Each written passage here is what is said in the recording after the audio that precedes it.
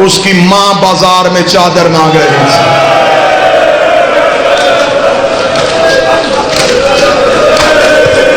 بیٹھے ہیں سارے جنازے کے انتظار میں. میں مصیب پڑھنے سے پہلے اپنے وقت کے بادشاہ سے معافی مانگوں گا. مولا مجھ نوکر کو معاف کرنا، میں تیرے جد کے فضائل پڑھنے میں اتنا مگن تھا. مولا جنازے میں دیر ہو گئی. آج کے جنازے میں دیر اس لیے بھی نہیں کرنی چاہیے تھی کہ اس جنازے کو کاندھا دینے کے لیے وہ آیا ہے جو 14 سال کا تھکا ہوا ہے، جس کی کڑیاں بھی نہیں کھلی تھی، جس کے زیور بھی نہیں اترے تھے. وہ آج جنازے کو کاندھا دے کے رو کے کہے گا میرا تو کسی نے نہیں اٹھایا اور میں اپنے باپے کا جنازہ اٹھا رہا. جتنے ماتھ میں بیٹھے ہو کوشش کروں گا شہادت کے 2-4 جملے پڑھ سکوں. غربت میں اس کی اپنی مثال. یہ جتنے ماتمی بیٹھے ہو نا، میں ولبہ حسین اشرا ہوتا تو میں امام صادق پہ پڑھتا. عزاداری طریقہ ہی اس مولا نے سکھایا. یہ جو ہم ماتم کرتے ہیں نا، یہ جو ہم روتے ہیں، اس کی تہذیب بھی ہمیں اس بادشاہ نے سکھائی ہے. عزاداری کے طریقے اس مولا نے سکھائے ہیں.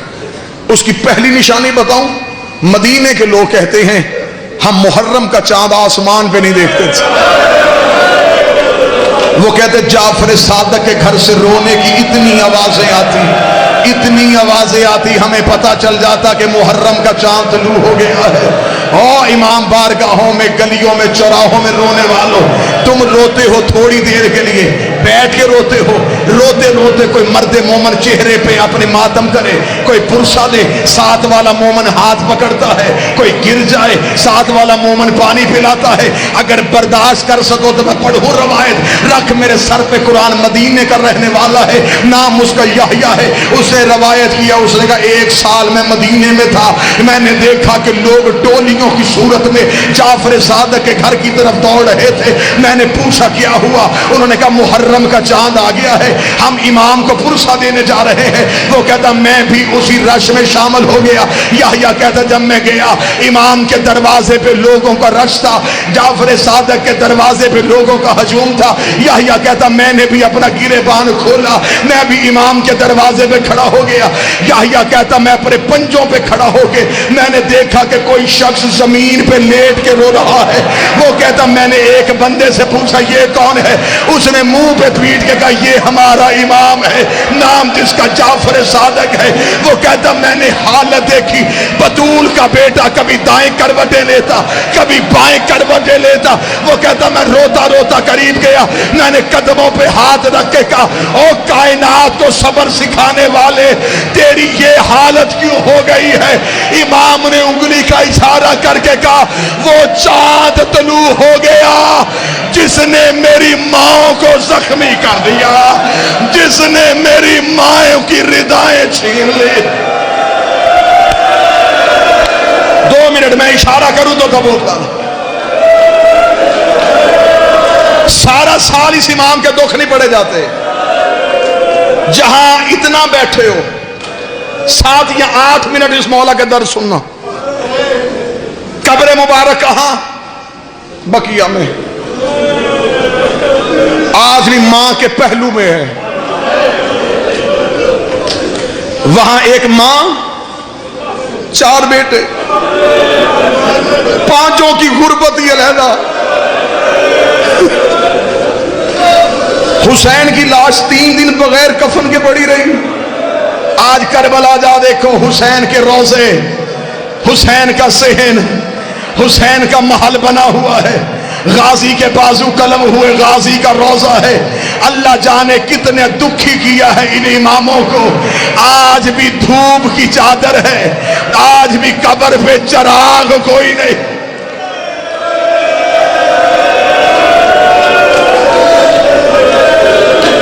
میں جتنی دیر بادشاہ کی مصیبت پڑھوں ہائے ضرور کہنا. اور ایک محرم قریب آ رہا ہے، عزاداری کے حوالے سے اس مولا کا ایک فرمان سنو.